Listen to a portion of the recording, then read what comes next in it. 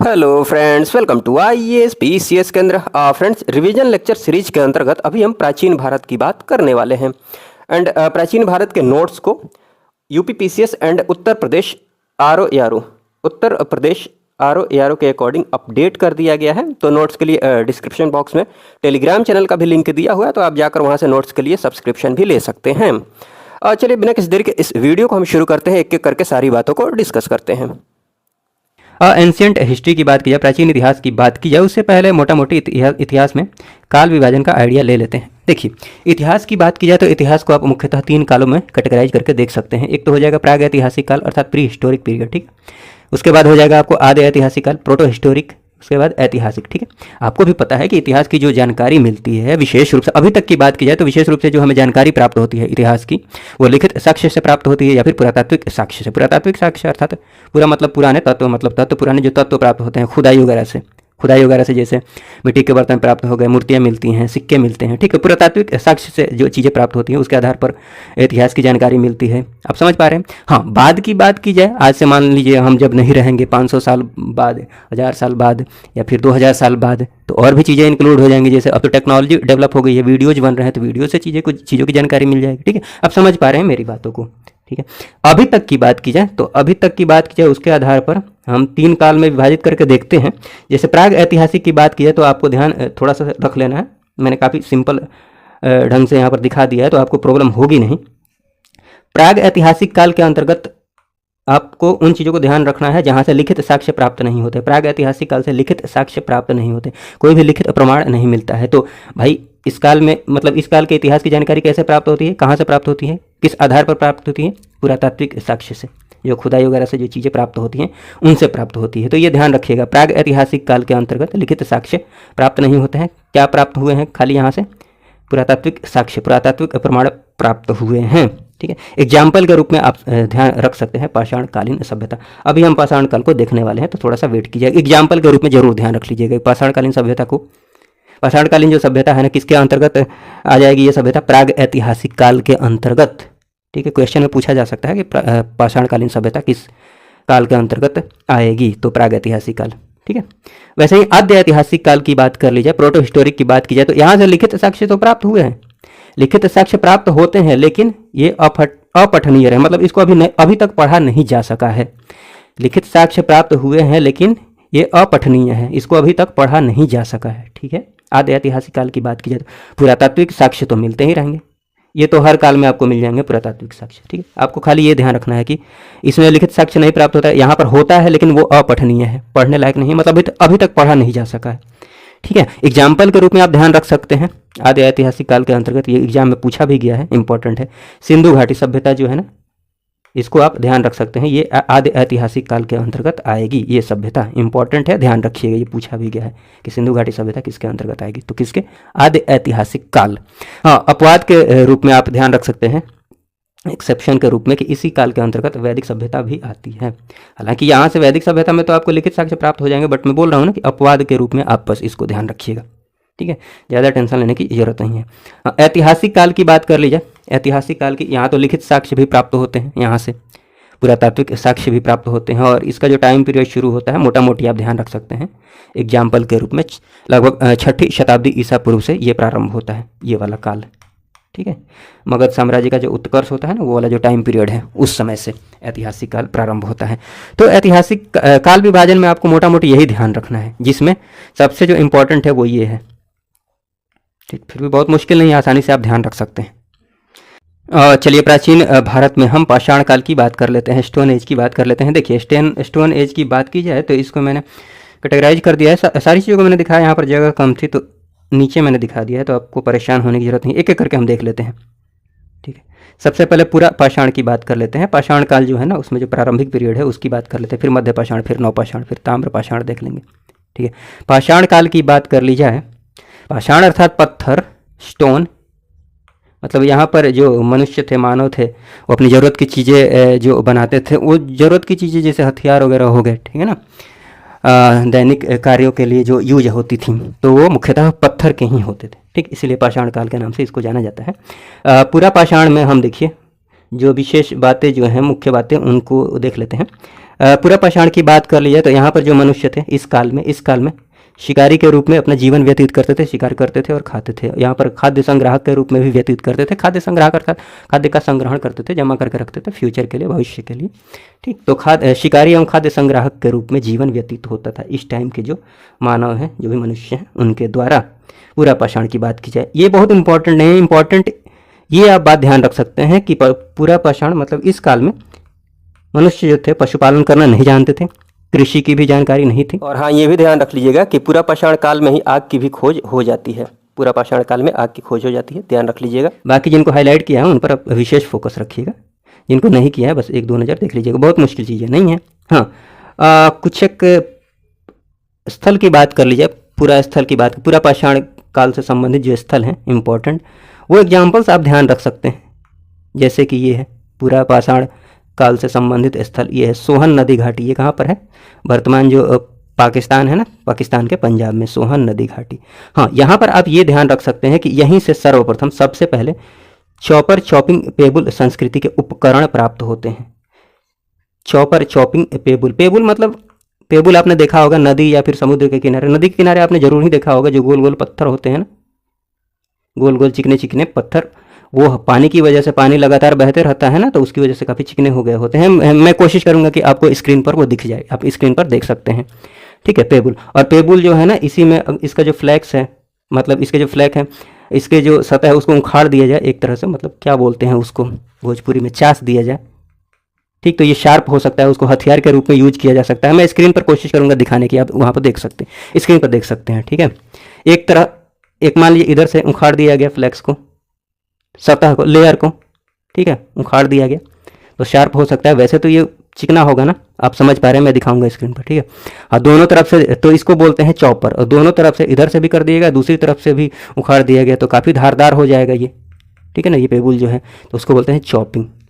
ठीक, तो इस टाइप के यहाँ से हथियार मिलते हैं, इसीलिए ये चॉपर चॉपिंग पेबुल संस्कृति इसको जाना जाता है। और इसके एग्जाम्पल के रूप में आप ये ध्यान रख सकते हैं, सोहन नदी घाटी जो है ना, यहाँ से सोहन नदी घाटी से सर्वप्रथम चॉपर चॉपिंग पेबुल संस्कृति के उपकरण प्राप्त होते हैं।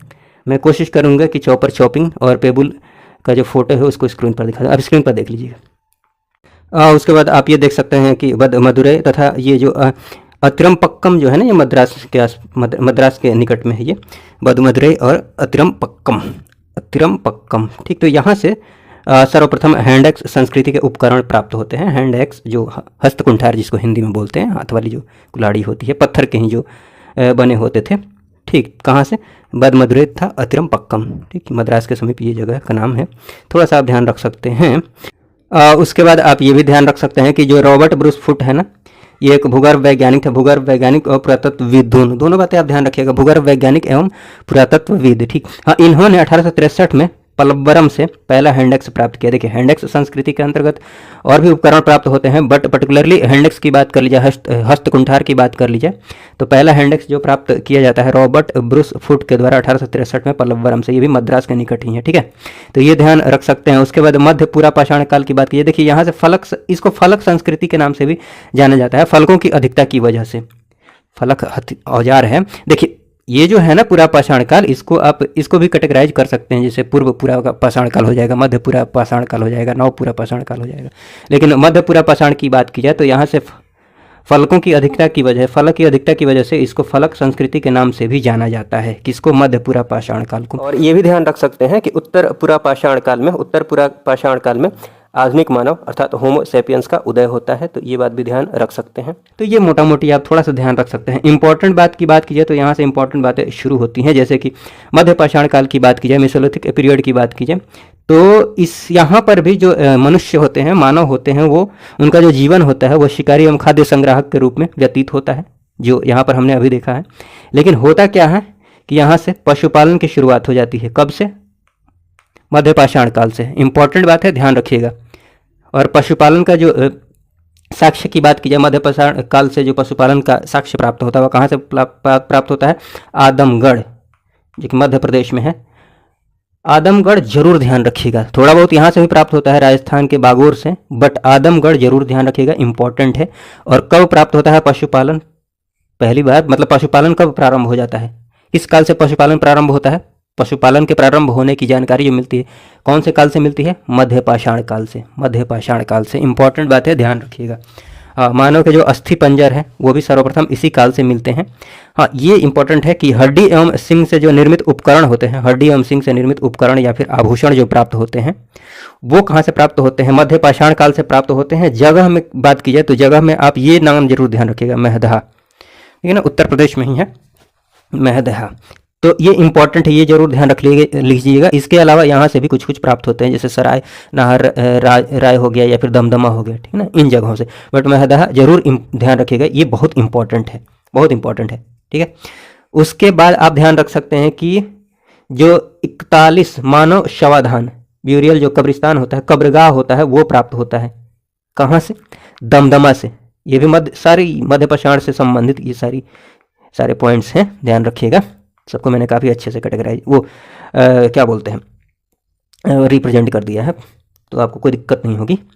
हाँ, तो 41 मानव शवाधान की बात की जाए तो ये नंबर बहुत इंपॉर्टेंट नहीं है, बट थोड़ा सा आप देख सकते हैं कि 41 मानव शवाधान प्राप्त होता है, अर्थात ब्यूरियल, ठीक है ना, जो कब्र होता है। तो 41 मानव शवाधान प्राप्त होते हैं। 41 में बात की जाए तो देखिए 5 जो है ना, 5 जो ब्यूरियल है, जो कब्र है, उसमें युग्म 5 में युग्म मिलते हैं, जोड़े नहीं, मतलब जोड़े मिलते हैं। जोड़े कहने का मतलब दो लोग, दो मानव, ठीक है ना, 2, ठीक है, क्लियर है। और एक जो है ना, एक जो कब्र है, एक शवाधान है, उसमें 3 मनुष्य के अवशेष प्राप्त होते हैं, 3 मानव के अवशेष प्राप्त होते हैं। बाकी अन्य की बात की जाए, जो अन्य 35 हैं, 5 में 2 मिलते हैं, तो 5 दूनी 10 लोग यहाँ से हो गए, 10 मानव यहाँ से हो गए।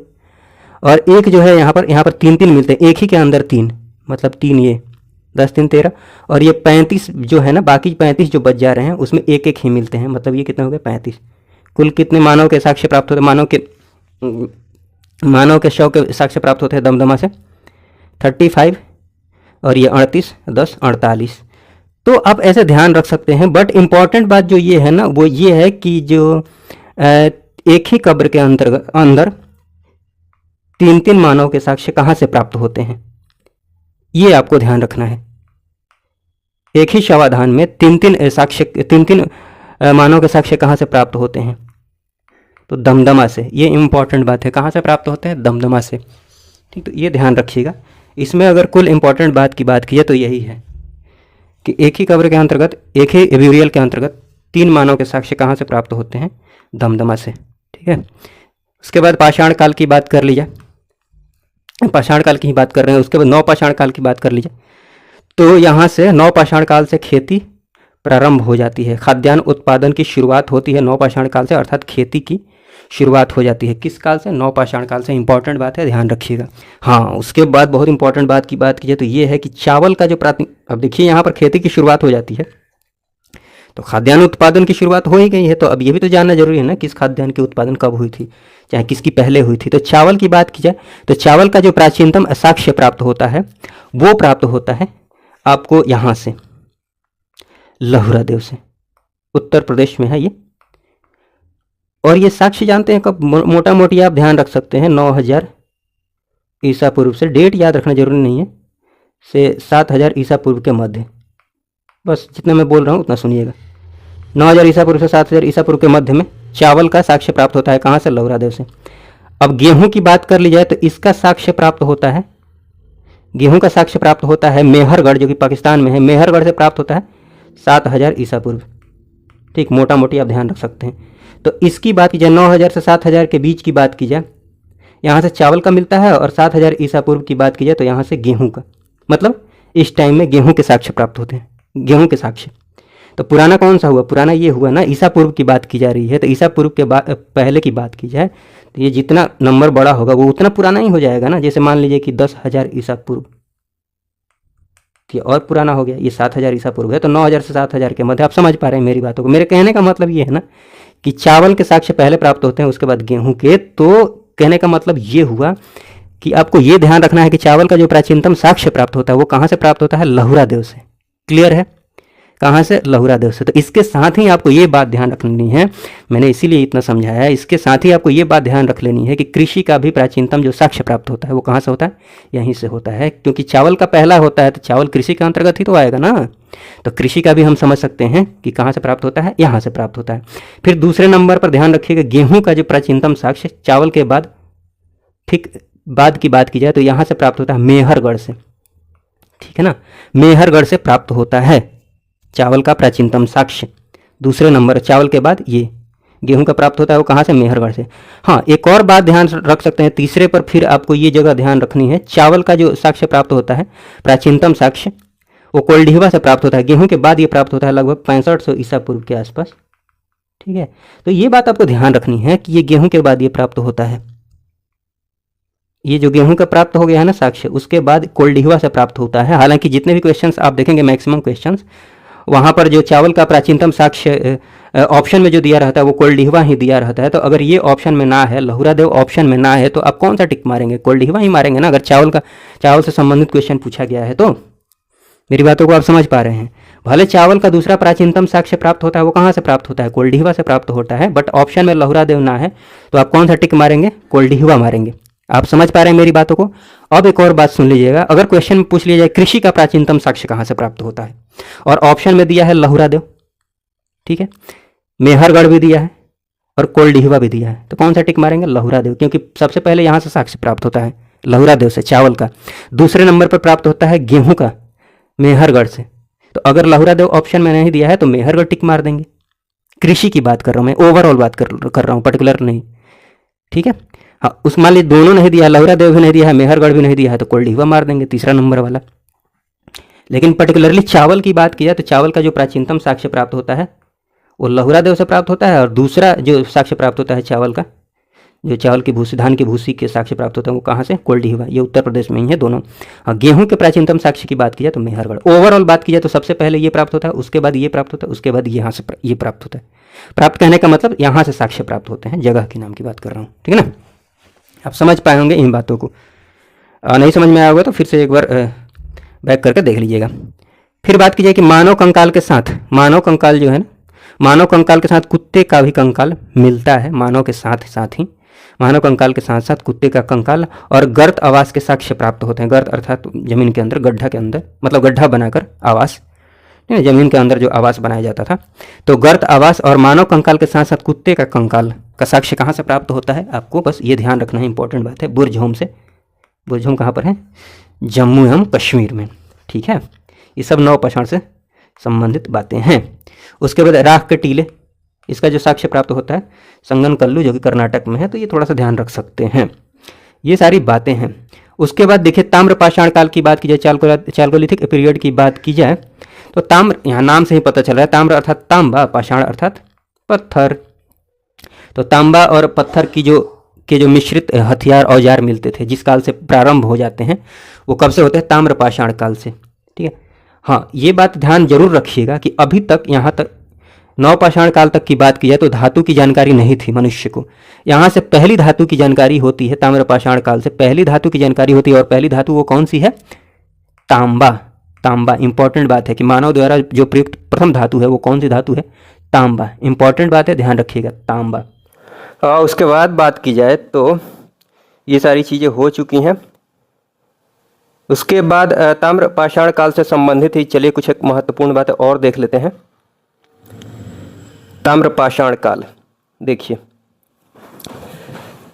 ताम्रपाषाण काल की बात की जाए तो इसके अंतर्गत बहुत सारी संस्कृतियां आपको देखने को मिलेंगी, उनको देख लेते हैं। जैसे आप देखिए राजस्थान की तरफ देखिएगा, जो कि राजस्थान के दक्षिण पूर्वी हिस्से में देखने को मिलेगी ये संस्कृति। तो राजस्थान में आप देख लीजिएगा संस्कृति मिलेगी आहार या फिर बनास संस्कृति। यहाँ पर जो एक प्रमुख स्थल रहे हैं इस संस्कृति के अंतर्गत, उनको आप ध्यान रख लीजिएगा।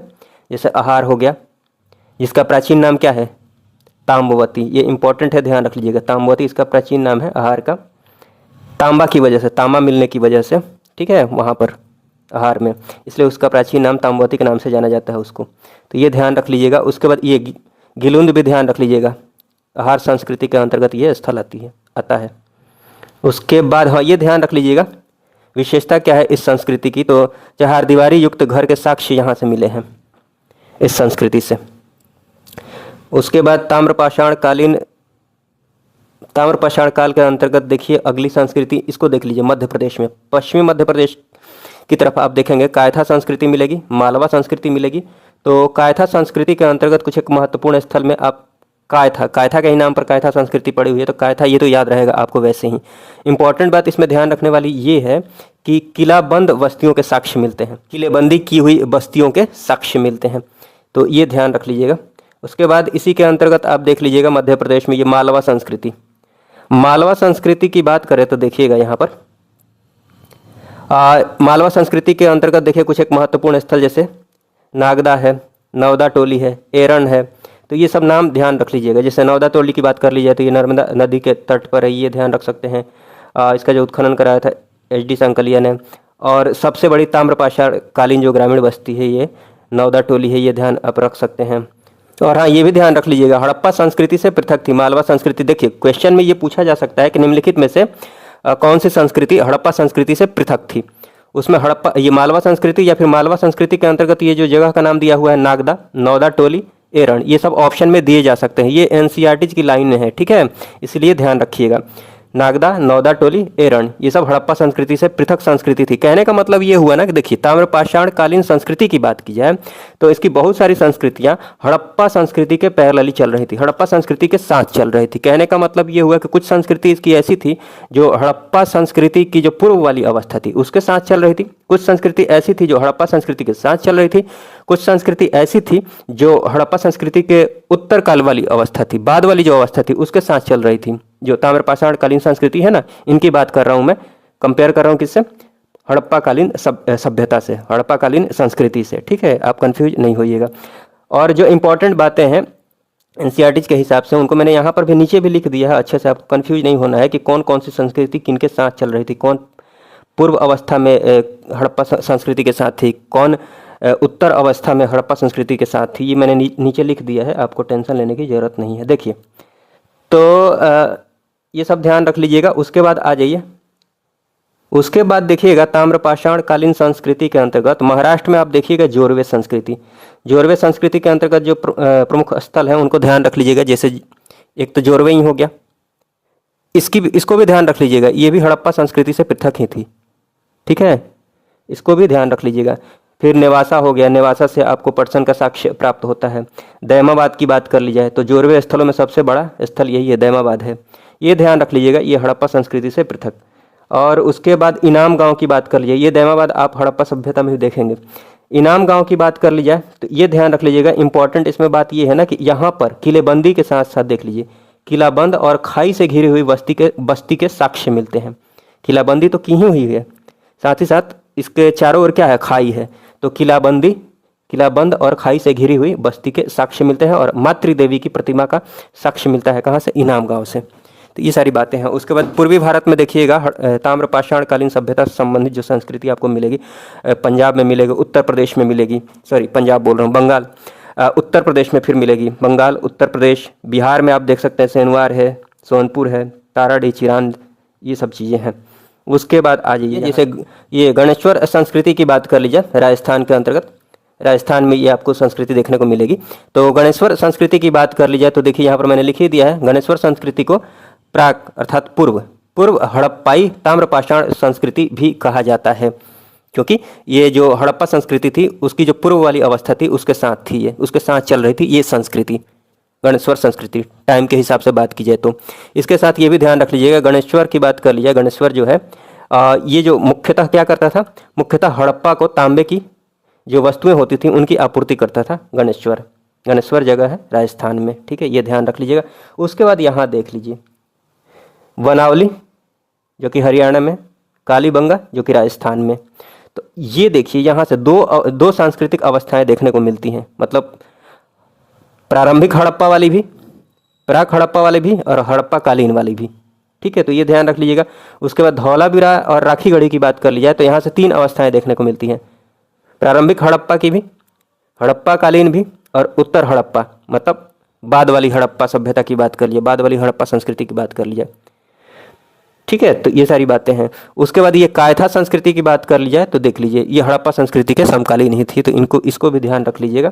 उसके बाद यहाँ पर देख लीजिएगा ये सब ताम्रपाषाण काल में कुछ एक स्थान दिए हुए हैं और वहाँ पर कौन कौन सी शवाधान विधियाँ अपनाई जाती थी इनको देख लीजिए। जैसे पूर्वी भारत को देखिएगा तो यहाँ पर आंशिक शवाधान की विधि अपनाई जाती थी। आंशिक कहने का मतलब ये हुआ ना कि जो डेड बॉडी होती थी उसको पशु पक्षी खा लेते थे, उसके बाद जो हड्डियाँ बचती थी उसको दफनाया जाता था ज़मीन में, तो उसको आंशिक शवाधान कहा जाता था। तो पूर्वी भारत में आंशिक शवाधान की विधि। पश्चिमी भारत की बात कर लिया तो संपूर्ण शवाधान मतलब पूरी की पूरी बॉडी दफनाई जाती थी, ठीक है, ज़मीन के अंदर। दक्षिणी भारत की बात कर ली जाए तो यहाँ पर पूरब से पश्चिम की तरफ डायरेक्शन होता था, मतलब जो सर है, हेड है, वो किधर की तरफ होगा, पूरब की तरफ, और पैर किधर की तरफ, पश्चिम की तरफ। और महाराष्ट्र की बात कर लीजिए तो उत्तर दक्षिण दिशा में, उत्तर की तरफ सिर, दक्षिण की तरफ पैर। तो ये सारी बातें हैं। उसके बाद बात की जाए कुछ एक इम्पॉर्टेंट फैक्ट्स हैं, जैसे कि प्राग ऐतिहासिक शैल की बात की जाए, मतलब प्राग ऐतिहासिक काल से जो शैल पर जो चित्रकला बनाया गया है, स्टोन पर, पत्थर पर जो चित्रकला बनाई गई है, उसके जो श्रेष्ठ जो बेस्ट उदाहरण मिलते हैं वो कहाँ से मिलते हैं, भीमबेटका, जो कि कहाँ पर है, मध्य प्रदेश में। तो इंपॉर्टेंट बात है, ध्यान रखिएगा, जिसकी खोज किसने की थी, वीएस वाकंकर। तो ये सारी बातें ध्यान रखिएगा, इंपॉर्टेंट है। ये देख सकते हैं कि मानव द्वारा जो सर्वप्रथम प्रयुक्त अनाज है, सबसे पहला जो अनाज प्रयोग किया गया था वैश्विक स्तर पर बात की जाए तो कौन सा अनाज था, जौ। और भारत में मानव का जो सर्वप्रथम साक्ष्य प्राप्त होता है, ये इंपॉर्टेंट बात है, ध्यान रख लीजिएगा। नर्मदा घाटी जो है ना, उधर से, वहाँ से मानव का सर्वप्रथम साक्ष्य प्राप्त होता है, प्रमाण प्राप्त होता है। भारत में बात कीजिए तो नर्मदा घाटी से, ठीक है ना। उसके बाद भारतीय पुरातत्व के जनक की बात की जाए, भारतीय पुरातत्व के जनक किसको बोला जाता है, तो ये एक इंपॉर्टेंट फैक्ट है, ध्यान रख लीजिएगा, अलेक्जेंडर कनिंघम को। सिंधु घाटी सभ्यता अर्थात इंडस वैली सिविलाइजेशन की, देखिए सिंधु घाटी सभ्यता की बात की जाए कि इसका नाम सिंधु घाटी सभ्यता क्यों पड़ा, तो इसके पीछे का जो रीजन है वो काफ़ी सिंपल सा रीजन है। सबसे पहले जो उत्खनन कराया जाता है ना, जहाँ से इस सभ्यता के अवशेष प्राप्त होते हैं, वो क्षेत्र होता है सिंधु घाटी क्षेत्र, सिंधु घाटी क्षेत्र। हाँ, इस क्षेत्र में जो सबसे पहली जगह होती है, जगह की बात की जाए तो वो पहली जगह होती है हड़प्पा का उत्खनन 1921 में कराया जाता है, ठीक है। हालांकि इसके पहले भी 1826 में चार्ल्स मेसोन को इस बात की जानकारी मिलती है कि इधर कुछ है, बट ज़्यादा ध्यान नहीं दिया जाता है।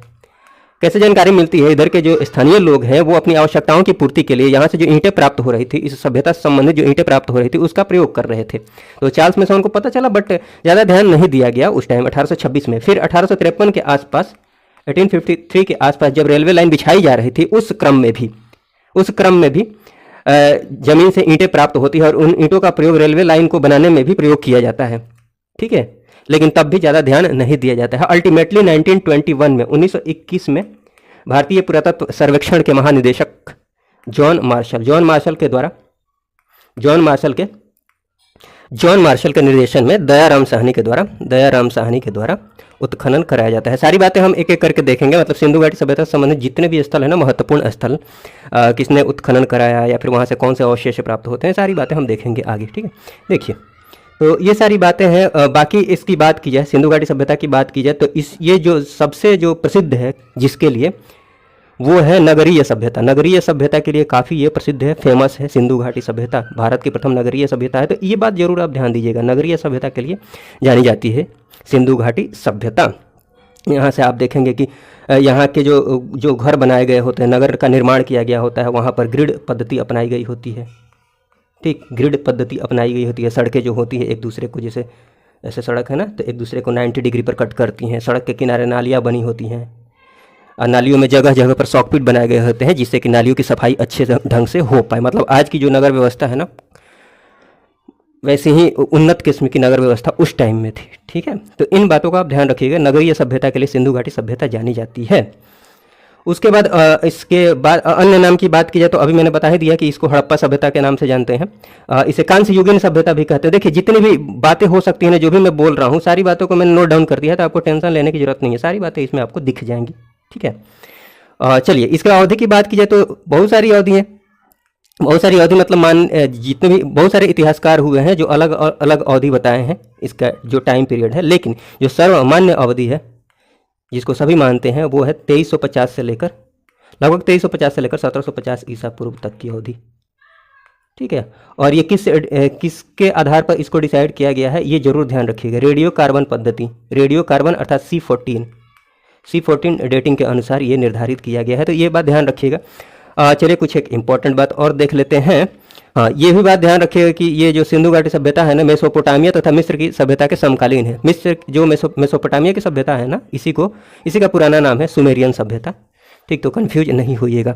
हाँ, इसी के साथ इसको कोरिलेट ये जान लीजिए, उसके बाद कोरिलेट करके इसको भी हम समझ लेंगे। व्हीलर जो है ना, व्हीलर ने हड़प्पा को सुमेरियन सभ्यता का उपनिवेश कहा है। किसने? व्हीलर ने। तो ये स्टेटमेंट ध्यान रखिएगा, बट इसी को आप कोरिलेट करते हुए, इसी से कोरिलेट करते हुए इस बात को समझ सकते हैं। देखिए, मेसोपोटामिया की सभ्यता की बात की है तो भूमध्य सागर वाला जो क्षेत्र है ना, उधर की तरफ ये सभ्यता है, मतलब इधर उधर की तरफ मेसोपोटामिया है। ठीक है, अब देखिए यहाँ पर हड़प्पा सभ्यता से 4 प्रजातियों के अस्तित्व प्राप्त होते हैं, 4 प्रजातियों के अस्तित्व के साक्ष्य प्राप्त होते हैं। ठीक है, कहाँ? हड़प्पा सभ्यता से। और यहाँ पर इन प्रजातियों में जो सबसे अधिक संख्या है, जिनकी संख्या सबसे अधिक है, वो कौन सी प्रजाति है? भूमध्य सागरीय। ठीक, वही मैंने बोला था ना, मेसोपोटामिया। तो ये उपनिवेश से आपको रिलेट कर सकते हैं। व्हीलर ने बोला ही है कि हड़प्पा को सुमेरियन सभ्यता का, व्हीलर ने मतलब हड़प्पा को सुमेरियन सभ्यता का उपनिवेश कहा ही है।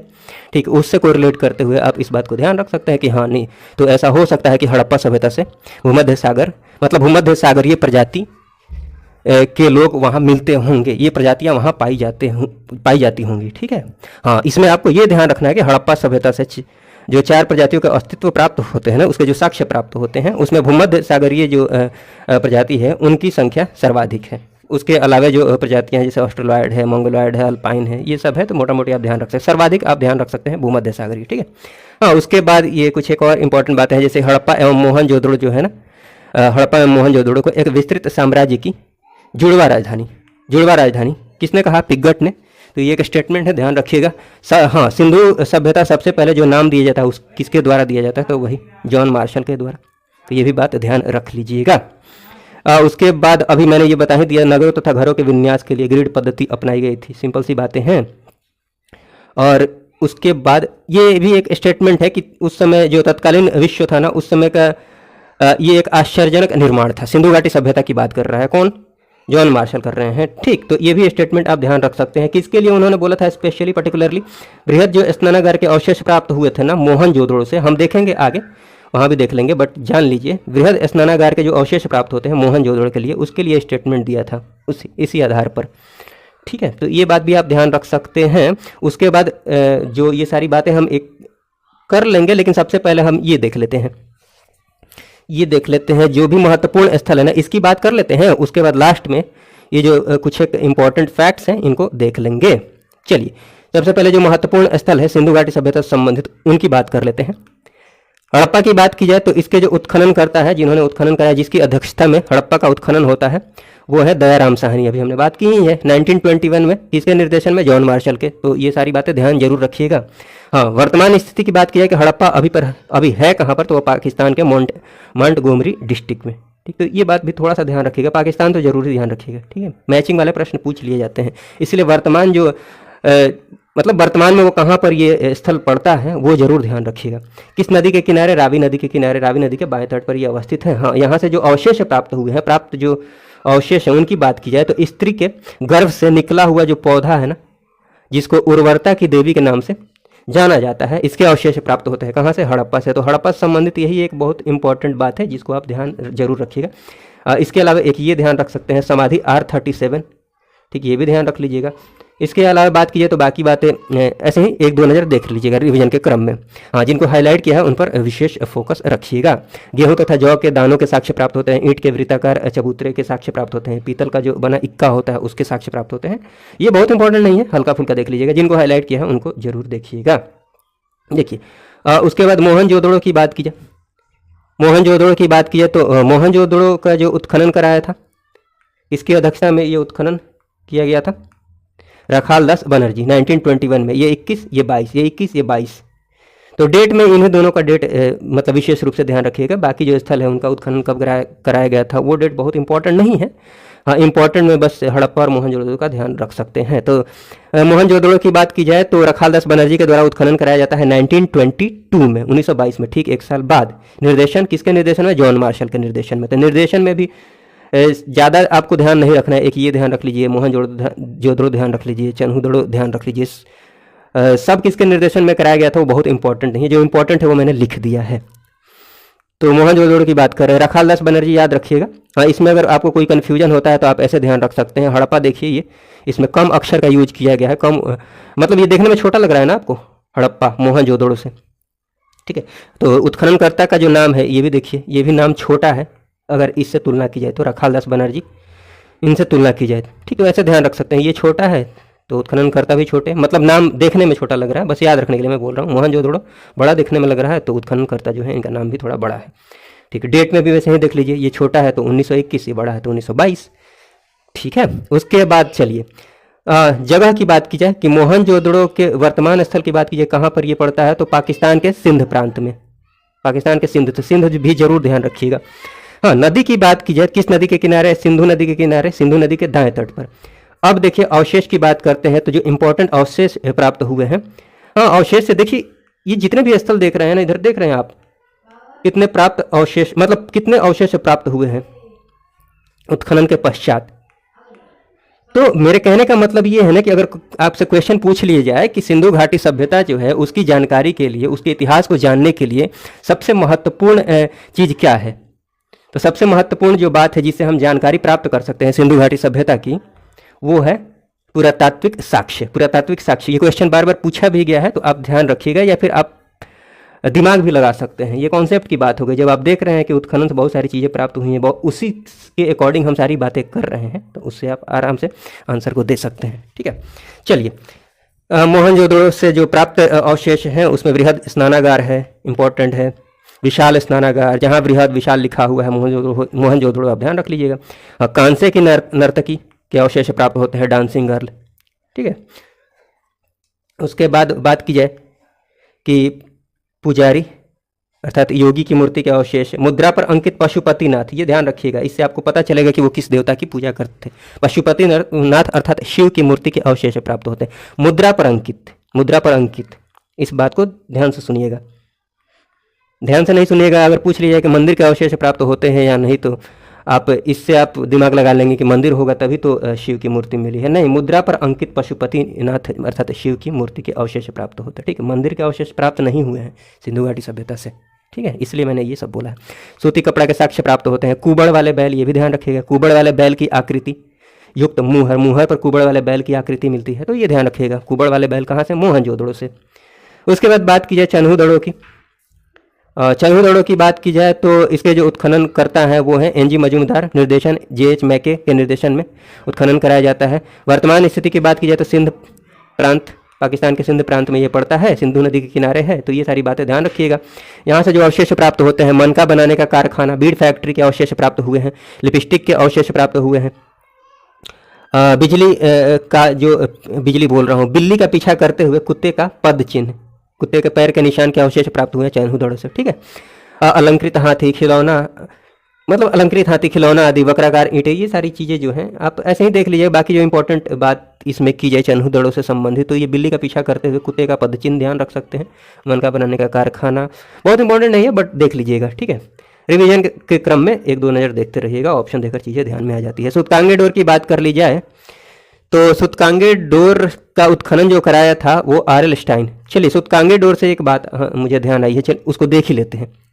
सब सिंधु घाटी सभ्यता से संबंधित जो स्थल है ना, मतलब सिंधु घाटी सभ्यता से संबंधित स्थल की बात की जाए, सबसे दक्षिणी स्थल कौन सा है, उत्तरी स्थल कौन सा है, पूर्वी कौन सा है, पश्चिमी कौन सा है, तो हम बात कर ही लेते हैं यहाँ पर। जैसे देखिए अभी सूतकांगे डोर की बात कर रहे थे, लेकिन चलिए सारी बातें कर लेते हैं। मांडा की बात, सबसे पहले उत्तरी की बात कर लेते हैं। सिंधु घाटी सभ्यता से संबंधित जो स्थल है ना, हाँ एक और बात ध्यान रख लीजिए, यहाँ पर देख ही लीजिए कि सिंधु घाटी सभ्यता जो है ना, इसका जो आकार है लगभग त्रिभुजाकार है, त्रिभुजाकार है, ठीक है। तो ये ध्यान रखिएगा, इंपॉर्टेंट बात है, ध्यान रखिएगा। इसका विस्तार जो हुआ है त्रिभुजाकार में हुआ है, ये बात ध्यान रखिएगा। हाँ चलिए सबसे उत्तरी स्थल की बात की जाए, सैंधव स्थल में तो मांडा है, ये कहाँ पर वर्तमान में है, जम्मू कश्मीर में, किस नदी के किनारे, चेनाब नदी के किनारे, तो ये बात ध्यान रखिएगा। दक्षिणी स्थल की बात की जाए तो दक्षिणी स्थल, सबसे दक्षिणी स्थल है दैमाबाद, ये कहाँ पर पड़ता है, वर्तमान महाराष्ट्र में, किस नदी के किनारे, प्रवरा नदी के किनारे, ठीक है। उसके बाद बात कर ली जाए, अगर आप जानते होंगे तो कमेंट बॉक्स में जरूर बताइएगा, ये प्रवरा नदी जो है ना किसकी सहायक नदी है, फेमस नदी है साउथ की, आप जरूर बताइएगा। आलमगीरपुर की बात, सबसे पूर्वी स्थल की बात की जाए तो वो है आलमगीरपुर, उत्तर प्रदेश में ये पड़ेगा। किस नदी के किनारे? हिंडन नदी के किनारे। सुतकांगी डोर की बात की जाए तो वर्तमान पाकिस्तान के बलूचिस्तान प्रांत में सुतकांगी डोर पड़ेगा। इस नदी के किनारे दाश्त नदी के किनारे। ठीक है, तो ये सारी बातें हैं, जरूर ध्यान रखिएगा। चलिए हम आ जाते हैं यहाँ पर सुतकांगी डोर। तो आर.एल. स्टाइन ने इसका उत्खनन कराया था। ये मैंने बता ही दिया है कि पाकिस्तान के बलूचिस्तान प्रांत में दाश्त नदी के किनारे है और मिट्टी की चूड़ियों के अवशेष प्राप्त होते हैं। ठीक, तो इतना मोटा मोटी आप जिनको हाईलाइट किया वो ध्यान रखिएगा। ये ध्यान रख लीजिएगा कि सबसे पश्चिमी स्थल है किस नदी के किनारे? दाश्त नदी के किनारे। वर्तमान स्थान याद रख लीजिएगा। बालाकोट की बात की जाए तो जॉर्ज डेल्स के द्वारा उत्खनन कराया जाता है। ये भी पाकिस्तान में पड़ेगा, बिंदार नदी के किनारे है। यहाँ से सीप उद्योग और सीप से बनी चूड़ियों के अवशेष प्राप्त होते हैं। उसके बाद लोथल की बात कर ली जाए, इंपॉर्टेंट स्थल है ये, एग्जाम पर्सपेक्टिव से बात की जाए तो लोथल डॉक्टर S.R. राव के द्वारा उत्खनन कराया जाता है। ये गुजरात में पड़ेगा। ठीक है, राज्य का नाम खाली आप ध्यान रखिए, बाकी मैंने यहाँ पर डिस्ट्रिक्ट दिखा दिया है अहमदाबाद, बट गुजरात जरूर ध्यान रखिएगा। किसके किनारे है? भोगवा नदी के किनारे। यहाँ से अवशेष की बात की जाए, बहुत इंपॉर्टेंट है, जहाजों की गोदी अर्थात डॉकयार्ड, पतन या बंदरगाह के अवशेष प्राप्त होते हैं लोथल से। बहुत इंपॉर्टेंट है, जरूर ध्यान रखिएगा। 3 युगल समाधियों के भी अवशेष प्राप्त होते हैं। 3 युगल मतलब एक साथ दो, वैसे 3 मिलते हैं। 3 युगल समाधियों के अवशेष प्राप्त होते हैं, तो ये भी थोड़ा सा देख लीजिएगा। हाँ, हाथी दांत का पैमाना, 1 मिनट,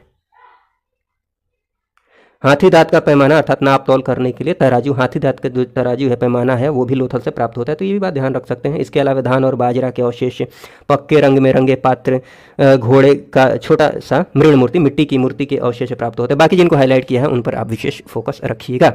चलिए धौलावीरा की बात करते हैं। धौलावीरा की बात की जाए तो ये ध्यान रख सकते हैं, धौलावीरा को 3 भागों में बांटा गया था। 3 भाग में, एक था किला, दूसरा भाग मध्यनगर, किला वाला नगर, मध्यनगर, एक निचला नगर। ठीक, तो ये ऐसे ही आप ध्यान रख लीजिएगा थोड़ा सा इसके बारे में। बाकी इसका जो उत्खनन कराया जाता है किसके द्वारा? R.S. विष्ट के द्वारा। और ये वर्तमान में बात की जाए तो ये गुजरात में पड़ता है धौलावीरा, कच्छ का जो रन है ना वहाँ। तो आप स्टेट ध्यान रखिएगा, कच्छ का रन ना भी ध्यान रहे तो धौलावीरा। यहाँ से जो अवशेष प्राप्त होते हैं वो इंपॉर्टेंट है। उन्नत जल प्रबंधन के अवशेष प्राप्त होते हैं, अर्थात विशाल जलाशय अर्थात जलकुंड के अवशेष प्राप्त होते हैं, जो किससे बना हुआ है? रॉक मतलब शैलकृत ये जलकुंड है, पत्थर को काट कर बनाया गया है, रॉक कट जलकुंड है। ठीक है ना, विशाल जलाशय है। ठीक, तो उन्नत जल प्रबंधन के अवशेष प्राप्त होते हैं, इससे आप समझ सकते हैं, ये जरूर ध्यान रखिएगा। उसके बाद रंगपुर की बात की जाए तो इसका उत्खनन तो रंगनाथ राव ने कराया था, बट जगह ध्यान रखिएगा, गुजरात इंपॉर्टेंट है, ध्यान रखिएगा। यहाँ से धान की भूसी के अवशेष प्राप्त होते हैं। सूरकोटडा की बात की जाए तो ये इसका जो उत्खनन कराया जाता है किसके द्वारा? जेपी जोशी, ये भी गुजरात में आपको पड़ेगा। मैंने देखिए ये क्रम से ही दिखा दिया है, क्रम कहने का मतलब जो जैसे गुजरात वाले जो है ना उनको एक साथ दिखा दिया है, बाकी हरियाणा वाले जो हैं एक साथ दिखा दिया। इससे आपको रिवीजन में आसानी होगी, कोई कन्फ्यूजन नहीं होगा, क्योंकि ये क्वेश्चंस पूछे जाते हैं, मैचिंग में हमेशा पूछे जाते हैं, इसलिए मैंने ऐसा किया है। तो सूरकोटडा की बात कर ली जाए, जेपी जोशी ने उत्खनन कराया था, ये कच्छ, ठीक है ना, गुजरात के कच्छ में ये पड़ेगा आपको, गुजरात जरूर ध्यान रखिएगा। यहाँ से कब्रिस्तान से कलश, अश्वावधान और घोड़े की हड्डियों के अवशेष प्राप्त होते हैं। तो अवशेष बहुत इंपॉर्टेंट नहीं है, जगह ध्यान रखिएगा। राखीगढ़ी की बात की जाए तो सूरज भान ने इसका उत्खनन कराया था, ये हरियाणा में आपको पड़ेगा, हरियाणा के हिसार जिले में। ठीक है, घग्गर नदी के किनारे, तो हरियाणा ध्यान रखिएगा। वनावली की बात की जाए, राखीगढ़ी की बात की जाए ना तो भारत में सबसे बड़ा सैंधव स्थल है राखीगढ़ी, ये इंपॉर्टेंट बात है, हम देख लेंगे सारी, जो भी मैं बोल रहा हूँ ना सब कुछ लिखा हुआ है, तो इसलिए आपको टेंशन लेने की जरूरत नहीं है। बनावली की बात की जाए तो R.S. विष्ट ने इसका उत्खनन कराया था, हरियाणा में ये पड़ता है, ये भी हरियाणा के फतेहाबाद। ठीक है, रंगोई नदी के किनारे है। और यहाँ से मिट्टी का हल बोले या फिर हल का टेराकोटा बोले। टेराकोटा कहने का मतलब मिट्टी की जो मूर्तियाँ होती थी उनको आग में पका दिया जाता था, उसी को टेराकोटा बोला जाता था, पक्की हुई जो मूर्तियाँ होती थी। ठीक, तो मिट्टी के हल के अवशेष प्राप्त होते हैं कहाँ से? बनावली से। इंपॉर्टेंट बातें ध्यान रखिएगा। इसके अलावा जो नगर है ना, नगरों का सड़क के द्वारा स्टार शेप्ड में विभाजन किया गया है, मतलब 90 डिग्री पर नहीं, मैक्सिमम जगह तो 90 डिग्री, जैसे मोहनजोदड़ो वगैरह हो गया, मोहनजोदड़ो, हड़प्पा। ठीक है, लेकिन इसकी बात की जाए, बनावली की बात की जाए तो स्टार शेप्ड में, ठीक है ना। बाकी और क्या ध्यान रख लीजिएगा, ये लाजवर तथा कार्नेलियन के मनके के अवशेष प्राप्त होते हैं, ये सब बहुत इंपॉर्टेंट नहीं है। भगवानपुरा की बात की जाए तो जगह खाली ध्यान रख लीजिए, जेपी जोशी उत्खनन कराते हैं इसका, जो कि पड़ेगा आपको हरियाणा में। तो हरियाणा ध्यान रखिएगा, हरियाणा का कुरुक्षेत्र। किस नदी किनारे? सरस्वती। यहाँ से जो अवशेष प्राप्त होते हैं सफ़ेद, काले तथा आसमानी रंग की कांच की चूड़ियों के अवशेष प्राप्त होते हैं, तांबे की चूड़ियों के अवशेष प्राप्त होते हैं। तो आपको कन्फ्यूज होने की जरूरत नहीं है, ये सब बहुत ही इंपॉर्टेंट नहीं है, बस एक दो नज़र देखते रहिएगा। आलमगीरपुर की बात की जाए तो यही सबसे पूर्वी स्थल है, अभी हमने देखा ही है। इसका उत्खनन कराते हैं कौन? यज्ञदत्त शर्मा। ये उत्तर प्रदेश के मेरठ में, ठीक है, हिंडन नदी के किनारे। अभी हमने बात की है। कुछ बर्तनों पर त्रिभुज, मोर, गिलहरी आदि के चित्रकारी के अवशेष प्राप्त होते हैं। कहाँ से? आलमगीरपुर से। ठीक, तो बाकी आलमगीरपुर से संबंधित इंपॉर्टेंट बातें हमने करी, लेकिन हिंडन नदी के किनारे है और सबसे पूर्वी स्थल है। हुलास की बात की जाए, हुलास की तो ये देखिए, इसमें जो इंपॉर्टेंट बात ध्यान रखने वाली है कि बस ये इतना ही ध्यान रखिए, उत्तर प्रदेश में ये पड़ेगा। कहाँ पर? उत्तर प्रदेश। चलिए उसके बाद बात की जाए, उत्तर प्रदेश का सहारनपुर हो गया। कालीबंगा इंपॉर्टेंट है ये, इसका उत्खनन कराया जाता है बीबी लाल एवं बी के थापर के द्वारा। ये राजस्थान के हनुमानगढ़ जिले में पड़ेगा कालीबंगा, राजस्थान। ध्यान रखिएगा आप, किस नदी के किनारे? घग्गर नदी के किनारे है। यहाँ से जो अवशेष प्राप्त होते हैं ना, उसमें सबसे जो इंपॉर्टेंट है वो है जूते हुए खेत के अवशेष, जूते हुए खेत के साक्ष्य कहाँ से प्राप्त होते हैं? कालीबंगा से। ये बहुत इंपॉर्टेंट है। इसके अलावा जो बाकी चीज़ें वो देख सकते हैं, जैसे कि ये कच्ची ईंट के भवन के अवशेष प्राप्त होते हैं, मतलब कच्ची ईंट के भवन के अवशेष यहाँ से प्राप्त होते हैं। और मोहनजोदड़ो की बात कीजिए, हालांकि मैंने बताया नहीं, मोहनजोदड़ो जो है ना, वहाँ से पक्की ईंट के भवन के अवशेष प्राप्त होते हैं। तो इसमें थोड़ा सा डिफरेंस है, दोनों को एक साथ लिख दिया ताकि आपको डिफरेंस पता रहे। कालीबंगा से कच्ची ईंट के भवन के अवशेष प्राप्त होते हैं, जबकि मोहनजोदड़ो में पक्की ईंट के भवन देखने को मिलते हैं। ठीक है, हाँ, कालीबंगा में भी पक्की ईंटों का प्रयोग किया गया है, लेकिन कहाँ पर? नालियों, कुओं एवं स्नानागार बनाने में। ये सारी बातें आप ध्यान रख सकते हैं। भूकंप के साक्ष्य प्राप्त होते हैं, सेल खड़ी तथा मिट्टी की मुहरों के भी साक्ष्य प्राप्त होते हैं। दैमाबाद की बात की जाए तो ये सैंधव स्थल में सबसे दक्षिणी स्थल है, जो कि महाराष्ट्र के अहमदनगर में पड़ता है, प्रवरा नदी के किनारे। यहाँ से जो अवशेष प्राप्त हुआ है, रथ चलाते हुए मनुष्य का अवशेष प्राप्त हुआ है, तो ये बात ध्यान रख सकते हैं। चलिए मांडा की बात की जाए तो मांडा जो है ये सबसे दक्षिणी मांडा जो है सबसे उत्तरी स्थल है, जम्मू कश्मीर में पड़ेगा। इसका उत्खनन कराया था जेपी जोशी तथा मधुबाला के द्वारा उत्खनन कराया गया था। जम्मू कश्मीर में ये पड़ेगा मांडा। किस नदी किनारे? चेनाब नदी के किनारे।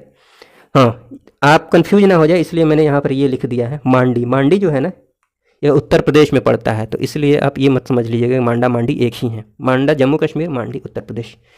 ठीक, मांडा से बात की जाए तो अवशेष आप पढ़ते रहिएगा, बहुत इंपॉर्टेंट अवशेष नहीं है। रोपड़ की बात कर ली जाए तो रोपड़ का उत्खनन कराते हैं यज्ञदत्त शर्मा। ये पड़ेगा आपको पंजाब में, सतलज नदी के बाएं तट पर मिल जाएगा रोपड़। यहाँ से मनुष्य के साथ कुत्ते का दफनाए जाना, इसका अवशेष प्राप्त होता है। मनुष्य के साथ कुत्ते को दफनाया गया है, इसके अवशेष प्राप्त हुए कहाँ से? रोपड़ से। सेलखड़ी की मुहर, चट के बटखरे, ठीक, इसके अवशेष प्राप्त होते हैं। तो इसमें जो सबसे इम्पोर्टेंट है कि आप जगह का नाम ध्यान रख लीजिए, नदी किस नदी के किनारे है, सतलज हो गया, और ये मनुष्य के साथ पालतू कुत्ते को दफनाए जाने का अवशेष प्राप्त होता है, ये ध्यान रख सकते हैं। चलिए उसके बाद हम वापस आ जाते हैं, फिर यहाँ पर जो कुछ एक इम्पॉर्टेंट बातें हैं उनकी बातें कर लेते हैं। जैसे अभी लघु हड़प्पा तथा लघु मोहनजोदड़ो से किसको जाना जाता है, ये बात आप ध्यान रख सकते हैं। लघु हड़प्पा या फिर लघु मोहनजोदड़ो के नाम से जाना जाता है किसको? लोथल। ठीक, अभी हमने लोथल की बात की ही है, गुजरात में ये पड़ता है, तो ये बात आप ध्यान रख सकते हैं। भारत का सबसे बड़ा सैंधव स्थल अभी मैंने बोला ही था, राखीगढ़ी। ये बात हमने कर ही ली है, जो एक्सट्रीम पॉइंट्स हैं। बाकी हाँ, मोहनजोदड़ो की बात की जाए तो इसका जो शाब्दिक अर्थ है वो मुर्दों का टीला, तो ये बात ध्यान रख लीजिएगा। कुछ एक जो इंपॉर्टेंट फैक्ट्स हैं ना, उनकी बात हम कर लेते हैं। लोथल एवं मोहनजोदड़ो की बात की जाए तो यहाँ से हाथी दांत के तराजू के बारे में मैंने बताए थे, यहाँ भी ध्यान रख लीजिएगा। लोथल एवं मोहनजोदड़ो से हाथी दांत के तराजू अर्थात पैमाना के अवशेष प्राप्त होते हैं। ये बात देख सकते हैं। काले रंग की आकृति से चिन्हित लाल मृद भांड, मिट्टी के जो बर्तन है ना, लाल मृद भांड, रंग कैसा है उसका? लाल है, बट आकृति के कौन सा रंग से बनाई गई है? काले रंग की आकृति बनाई गई है। ठीक है, अब जैसी भी जो भी आकृति बनाई गई है, बहुत सारी आकृतियां हम देख लेंगे, जैसे कि हाथी हो गया, गेंडा हो गया, ठीक, चित्रण, मतलब कहीं कहीं पर चित्रण किया गया है बर्तनों पर। तो मेरे कहने का मतलब ये है कि ये बात ध्यान रखिएगा कि सामान्यतः जो रंग है, किस रंग के मृद भांड मिलते हैं? लाल रंग के। तो इंपॉर्टेंट बात है, इसलिए मैं ये बोल रहा हूँ। हाँ, उस पर जो चित्र बनाया गया है, आकृति बनाई गई है, वो ब्लैक कलर की बनाई गई है, बट असल में उनका रंग कैसा है? मृद भांड का लाल। तो ये इंपॉर्टेंट बात है, ध्यान रखिएगा। तो ये काले रंग की आकृति से चिन्हित लाल मृद भांड प्राप्त होते हैं कहाँ से? हड़प्पा सभ्यता से संबंधित ये बात है ये। लेकिन धूसर की बात मतलब ये बात की जाएगी, जबकि धूसर एवं चित्रित धूसर मृदभांड प्राप्त होते हैं, वो कहाँ से प्राप्त होते हैं? तो आगे जब वैदिक सभ्यता पढ़ेंगे ना तो ये आर्यों से संबंधित है। ठीक, ये आर्यों से संबंधित है, और ऊपर जो बातें ये हैं लाल मृदभांड, ये हड़प्पा सभ्यता से संबंधित है, अर्थात सिंधु घाटी सभ्यता से संबंधित है। ठीक है, चलिए उसके बाद ये देख ले कि घर के दरवाजे और खिड़कियों की बात करें तो सड़क की ओर न खुलकर पीछे की ओर खुलते थे। लेकिन लोथल की बात की जाए तो लोथल के नगर में घरों के दरवाजे मुख्य सड़क की ओर खुलते थे। तो ये बात ध्यान रख सकते हैं, लोथल में सड़क की ओर जैसे आजकल खुलते हैं, बाकी जगह पीछे की ओर। उसके बाद कुछ एक इंपॉर्टेंट बातें और है। मुख्य खाद्यान्न की बात की जाए, उस समय जो मुख्य खाद्यान्न था गेहूं और जौ, ये ध्यान रखिएगा। मिठास के लिए वो शहद का प्रयोग करते थे। मातृदेवी की उपासना सर्वाधिक प्रचलित थी, इसका साक्ष्य भी हमने अभी देखा ही है। एक मिनट, तो मातृदेवी की उपासना साक्ष्य अभी दिखाया था ना मैंने यहाँ पर, उर्वरता की देवी, स्त्री के गर्भ से निकला हुआ पौधा जिसको उर्वरता की देवी के नाम से जानते हैं। तो ये एक एग्जाम्पल हो गया मातृदेवी की उपासना का। ठीक, तो मातृदेवी की उपासना के सर्वाधिक काफ़ी मतलब प्रचलित है इस सभ्यता में। उसके बाद बात की जाए देवताओं की, तो देवताओं में पशुपतिनाथ की वो पूजा करते थे, इसका साक्ष्य आपको मिला है। ठीक, तो चीज़ों को कोरिलेट करके देखेंगे तो बहुत आसान हो जाएगा, सारी बातों को ध्यान रखना। उसके बाद मूर्ति एवं वृक्ष की भी पूजा के साक्ष्य प्राप्त होते हैं, लेकिन मंदिर के अवशेष प्राप्त नहीं होते हैं, ये मैंने बोला भी था। हाँ, उसके बाद देखिए कि शवों को गाड़ने एवं दफनाने, शवों को गाड़ना और दफनाना तो एक ही बात हो गया। शवों को गाड़ने एवं जलाने दोनों प्रथाएं प्रचलित थीं इस सभ्यता में। एग्जाम्पल के रूप में आप ध्यान रख सकते हैं, हड़प्पा में दफनाए जाने के साक्ष्य प्राप्त हुए हैं, मोहनजोदड़ो में जलाए जाने के। ठीक है, उसके बाद बात की जाए तो उनको सोना, चांदी, तांबा एवं कांसे की जानकारी थी। लोहे का ज्ञान अभी तक नहीं हुआ है। सिंधु घाटी सभ्यता पहले भी नहीं था, मतलब पाषाण काल में भी लोहे का ज्ञान सिंधु घाटी सभ्यता में भी, मतलब सिंधु घाटी सभ्यता के लोग थे उनको भी लोहे की जानकारी नहीं होती है। आगे जब वैदिक सभ्यता पढ़ेंगे वहाँ भी उत्तर वैदिक काल में पता चलेगा, लोहे की जानकारी होगी उत्तर वैदिक काल में। ठीक है, तो लोहे की जानकारी अब तक नहीं हुई है, ये इंपॉर्टेंट बात है, ध्यान रखिएगा। सिक्कों का प्रचलन नहीं था, बार्टर सिस्टम का प्रयोग किया जाता था, वस्तु विनिमय पर आधारित व्यवस्था थी, मतलब सामान के बदले सामान। सर्वाधिक मुहरों की बात की जाए तो सेलखड़ी की बनी हुई होती हैं उस सभ्यता में, जो अवशेष प्राप्त हुए हैं उससे पता चलता है। हाँ, मुहरों पर जो सर्वाधिक अंकन किया गया है एक श्रृंगी बैल का, एक सिंग वाले बैल का अंकन किया गया है। उसके बाद बात की जाए, मुहर की बात की जा रही है तो एक सिंग वाले बैल का अंकन किया गया है। उसके बाद की बात की जाए तो कुबड़ वाले बैल का दूसरे नंबर पर। ठीक है, तो ये बात थोड़ा सा ध्यान रख सकते हैं, सर्वाधिक वाला आप ध्यान रखिएगा। उसके बाद लोथल तथा बालाकोट से सीप उद्योग के अवशेष प्राप्त होते हैं, अर्थात लोथल तथा बालाकोट जो है ना सीप उद्योग के लिए प्रसिद्ध है, तो ये बात ध्यान रखेंगे। अग्निकुंड या फिर यज्ञ वेदियों के साक्ष्य प्राप्त होते हैं, इससे पता चलता है कि यज्ञ करना वो जानते थे। कहाँ से प्राप्त होता है? लोथल से, कालीबंगा, बनावली से। तो ठीक, तो ये बात भी ध्यान रख सकते हैं। हाँ, मूर्ति को बनाने में धातु की जो मूर्ति बनाई जाती थी उसमें काई का प्रयोग करते थे, लॉस्ट वैक्स तकनीक। इंपॉर्टेंट नाम है, ये नाम ध्यान रखिएगा। ये तकनीक है क्या वो बहुत इंपॉर्टेंट नहीं है, बट नाम ध्यान रखिएगा। लॉस्ट वैक्स तकनीक का प्रयोग किया जाता था धातु की मूर्ति बनाने में। मैं थोड़ा सा आइडिया दे देता हूँ। लॉस्ट वैक्स, वैक्स मोम को बोलते हैं। मतलब इसमें क्या किया जाता था कि मोम की मूर्ति बना दी जाती थी, उसके बाद ऊपर मिट्टी का लेयर चढ़ा दिया जाता था और एक छेद छोड़ दिया जाता था, फिर उसको पकाया जाता था। पकाने के क्रम में मिट्टी पक जाती थी और मोम जो है पिघल कर बाहर निकल जाता था। फिर जो छेद होता था ना, क्योंकि अब वो मूर्ति जो है खोखली हो गई होती है ना, तो छेद से जो जैसे कांसे की हमने मूर्ति देखी, कांसे की नर्तकी, तो इसी को बनाने के लिए ये प्रयोग किया गया। मैंने इसको भी इसी टेक्निक से बनाया गया था। ठीक है, इसमें क्या किया गया होगा, उसको करने के बाद कांसा जो है ना, लिक्विड फॉर्म में कांसे को उसमें डाल दिया गया होगा। किसमें? जो अभी मैंने बताया है, खोखली जो मूर्ति बची होगी मोम पिघल के बाहर निकलने के बाद डाल दिया गया होगा। और उसके बाद जैसे ही कांसा जो है ठंडा होने के बाद सॉलिड हो गया होगा, सॉलिड होने के बाद जो मिट्टी का लेयर बना होता है ऊपर से, उसको तोड़ दिया गया होगा। ठीक, तोड़ दिया गया होगा, क्या तोड़ दिया जाता था, ठीक होगा, क्या तोड़ दिया जाता था, वैसे में फिर वो मूर्ति तैयार हो जाती थी धातु की। आप समझ गए होंगे मेरी बातों को। चलिए, उसके बाद बात की जाए प्रमुख उद्योग की बात की जाए तो वस्त्र उद्योग, जो उनका जो प्रमुख उद्योग था वो वस्त्र उद्योग। और इसी के साथ साथ मैंने ये भी दिखा दिया है, कपास की खेती का प्रारंभ हो गया था सिंधु घाटी सभ्यता से। सिंधु घाटी सभ्यता में से ही कपास की खेती का प्रारंभ होता है, और कपास की खेती का संबंध वस्त्र उद्योग से होता ही है। तो इन दोनों बातों को कोरिलेट करके आप ध्यान रख सकते हैं। चलिए, उसके बाद बात की जाए कि सिंधु सभ्यता की लिपि जो है चित्रात्मक थी, भाव चित्रात्मक थी। तो ये ध्यान रख सकते हैं आप, दाई से बाई और बाई से दाई ओर लिखी जाने वाली लिपि थी। हाँ, सड़कों की बात, ये तो मैंने बता ही दिया है। सड़कें सड़कें जो थी ना एक दूसरे को समकोण पर काटती थी। हाँ, ये जो सड़कें काटती थी ना एक दूसरे को, इस प्रणाली का नाम क्या था? तो वो नाम आप ध्यान रख सकते हैं। समकोण पर काटने वाली प्रणाली को नाम दिया गया था ऑक्सफोर्ड प्रणाली, अर्थात ऑक्सफोर्ड सर्कस नाम दिया जाता है। ठीक है ना, ये बात ध्यान रख सकते हैं। सेंधव मृदभांड का रंग अभी मैंने बता ही दिया है, लाल या गुलाबी। लाल जरूर ध्यान रखिएगा। कुछ को लाल रंग से रंग कर काली रेखाओं से चित्रित किया गया था, ये भी मैंने बताया ही अभी। मुहर एवं जो टेराकोटा होते हैं, मुहरों एवं टेराकोटा पर, मतलब मिट्टी की जो मूर्तियाँ होती थी, मुहरों पर एवं टेराकोटा पर कलाकृतियाँ जो बनाई गई होती थी, मतलब जो चित्रण किया गया है, वो उसमें काय के अवशेष ज़्यादा प्राप्त हुए। मतलब किसका चित्रण देखने को मिलता है? ध्यान दीजिएगा, मुहरों एवं टेराकोटा पर, ठीक है ना, मुहरों एवं टेराकोटा कलाकृतियों में काय का चित्रण, किसका चित्रण देखने को मिलता है? हाथी का, गैंडा, बाघ, हिरण, भेड़ आदि का मिलता है। लेकिन इसमें जो इंपॉर्टेंट बात आपको ध्यान रखनी है कि गाय का चित्रण नहीं मिलता है। देखिए, अवशेष की बात नहीं कर रहा हूँ, अवशेष की बात नहीं की जा रही है यहाँ पर कि किसके किसके अवशेष नहीं प्राप्त होते हैं या फिर होते हैं। यहाँ पर बात हो रही है किनका चित्रण किया गया है, किनका चित्रण नहीं किया गया है। मुहर जो होते थे या फिर टेराकोटा होते थे, उन पर बात कर रहे हैं। ठीक है, तो गाय का चित्रण नहीं मिलता है। क्यों ऐसा बोल रहा हूँ? क्योंकि यहाँ पर आप कंफ्यूज हो सकते थे, इसलिए मैंने वो समझा दिया। उत्खनन से बाघ एवं चीता के अवशेष प्राप्त होते हैं, लेकिन शेर का अवशेष प्राप्त नहीं होता है। तो ये बड़े नाम है, बाघ, चीता, शेर, ये बड़े नाम है, इसीलिए इन बातों को आपको ध्यान रखना है। बाकी छोटे मोटे जो जीव जंतु हैं उनको ना भी ध्यान रखेंगे तो चलेगा। अन्य की बात की जाए, अन्य अवशेष जो प्राप्त होते हैं, गाय, घोड़ा आदि के प्राप्त होते हैं। तो इसीलिए मैंने ये समझा दिया था कि कहें आप सोचेंगे गाय का अवशेष यहाँ प्राप्त हुआ है, बट यहाँ क्यों नहीं प्राप्त हो रहा है? यहाँ मुहरों एवं टेराकोटा पर जो कलाकृतियाँ बनाई गई हैं, उन कलाकृतियों में गाय का चित्रण नहीं मिलता है। मेरे कहने का मतलब ये है, बाकी गाय की जानकारी उनको थी, अन्य अवशेष में गाय, घोड़ा आदि की जानकारी उनको मिलती है, अवशेष प्राप्त होते हैं। ठीक है, चलिए उसके बाद बात कर ली जाए कि कच्चा माल वो कहाँ से प्राप्त करते थे। तो कच्चे माल की बात की जाए तो तांबा की बात करें, ये इंपॉर्टेंट है, ये थोड़ा सा ध्यान रख लीजिएगा। बाकी भी ध्यान रख लीजिए, ज़्यादा तो है नहीं। एक दो नज़र देखते रहिएगा तो चीज़ ध्यान में आ जाएंगी। क्वेश्चन देखकर आपको, मतलब ऑप्शन देखकर आसानी से ये स्ट्राइक कर जाएगा आपको सही आंसर।